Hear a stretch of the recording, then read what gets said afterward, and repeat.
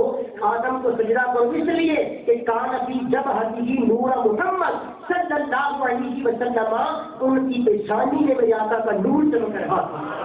اب سب سے پہلے میرے آقا علیہ السلام کا نور حضرت آدم علیہ السلام کے پاس آتا ہے۔ حضرت آدم علیہ السلام سے آپ کے پیارے بیٹے حضرت شیش میں آتا ہے، حضرت شیش سے حضرت انوش میں آتا ہے، حضرت انوش سے حضرت قینان میں آتا ہے، حضرت قینان سے حضرت مہالائیل میں آتا ہے، حضرت مہالائیل سے حضرت جارس میں آتا ہے، حضرت جارس سے حضرت نوح میں آتا ہے، حضرت نوح سے حضرت داؤد میں آتا ہے، حضرت داؤد سے حضرت سام میں آتا ہے، حضرت سام سے جناب ہود علیہ السلام میں آتا ہے، حضرت ہود سے حضرت ارفخشاد کے پاس آتا ہے، حضرت ارفخشاد سے حضرت ارعونہ ہود کے پاس آتا ہے، حضرت ارعونہ ہود سے حضرت ابراہیم علیہ السلام کے والد حضرت تارک کے پاس آتا ہے، حضرت تارک سے جناب ابراہیم کے پاس آتا ہے۔ وہ ابراہیم خلیل اللہ جنہوں نے خانہ کعبہ کو تعمیر کیا، راتوں کے سناٹے میں اٹھ کے رب کی بارگاہ میں دعائیں مانگتے تھے، الہی تیرا گھر تو تعمیر کر دیا ہے،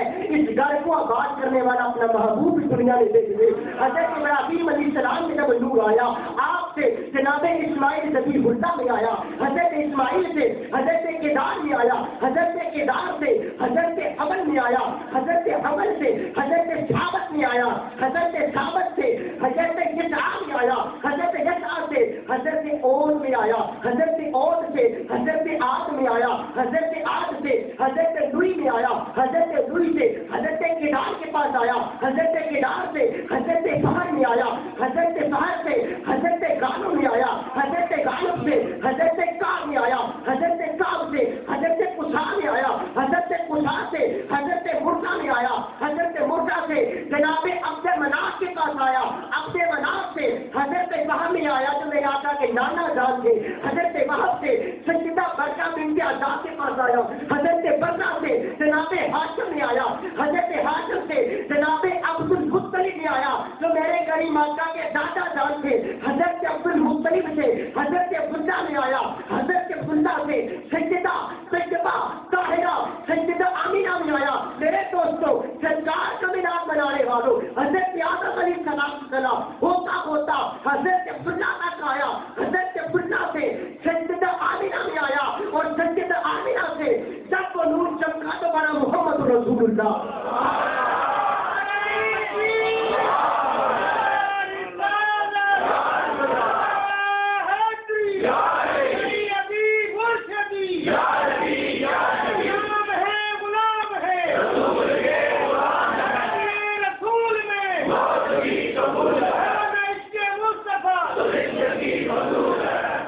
چھٹی حدیث پاک، اس حدیث پاک کو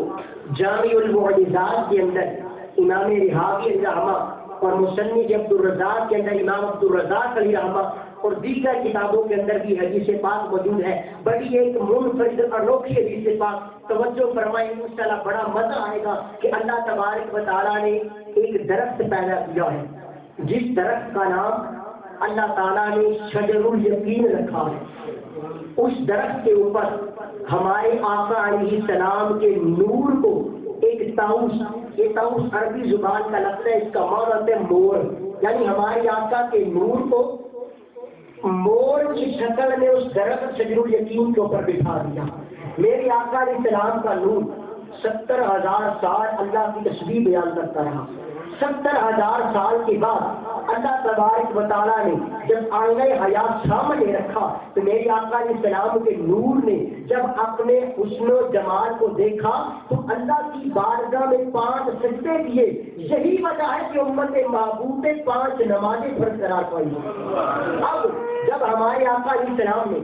اللہ کی بارگاہ میں 5 سجدے کیے حضور اسلام کا نور بھی اللہ کی تشریح بیان کرتا رہا. ایک مرتبہ اللہ نے پھر کیا کیا؟ اپنے نور کی تجلی نور مصطفیٰ پہ ڈالی. جب میرے آقا علیہ السلام کے نور پہ اپنے نور کی تجلی ڈالی اللہ نے، تو میرے آقا کا نور شرم و حیا کے پسینے سے سرابور ہو گیا. تو اللہ نے کیا کیا؟ میرے آقا علیہ السلام کے سائے کے پسینے سے اللہ نے تمام فرشتوں کو پیدا فرما دیا. اللہ تعالیٰ نے میرے آقا علیہ السلام کے چہرے کے پسینے سے تمام عرش کرسی لوگوں ملائک اور پھر تمام ستاروں چاند سورج کو پیدا فرما دیا. پھر اللہ نے میرے آقا علیہ السلام کی پشت کے پسینے سے اللہ نے خانہ کعبہ کو بنایا، بیت المعمور کو بنایا، جس کا طواف اللہ کے فرشتے کرتے ہیں. اور پھر یاد رکھیں، چھوٹی سی بات کروں کہ یہ خانہ کعبہ ہے، اللہ نے بڑی شان عطا فرمائی ہے. اور روایات کے اندر آتا ہے، مصحف المجالس کے اندر امام سفور نے یہ لکھا، آپ فرماتے ہیں کہ ایک وقت ایسا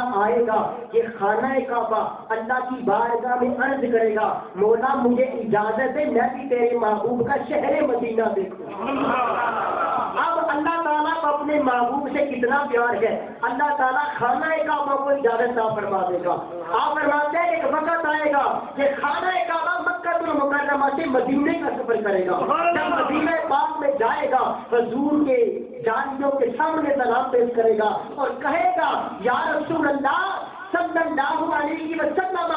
آپ اپنی امت کے 3 قسم کے بندوں کی فکر نہ کرنا. پہلا وہ بندہ جس نے میرا دیدار کیا، میرا طواف کیا، کل قیامت کے دن اس کی سفارش کر کے میں جنت کے اندر لے جاؤں گا. دوسرا وہ بندہ جو میرے تک چل کے آیا، کسی مجبوری کی وجہ سے میرا دیدار نہ کر سکا، میرا دیوانہ وار طواف نہ کر سکا، آقا اس کی بھی کل قیامت کے دن میں بخشش کا ٹکٹ لے کے دوں گا. اور آقا تیسرا وہ بندہ، چاہے آپ کا امتی مشرق میں ہو، مغرب میں ہو، شمال و جنوب میں ہو، خطہ زمین کے جس کونے پہ ہو، اس کے دل میں یہ محبت ہے، یہ طرف ہے کہ اللہ مجھ پہ کرم کرے، میں بھی اللہ کے گھر خانہ کعبے کا دیدار کروں. آقا ان تمام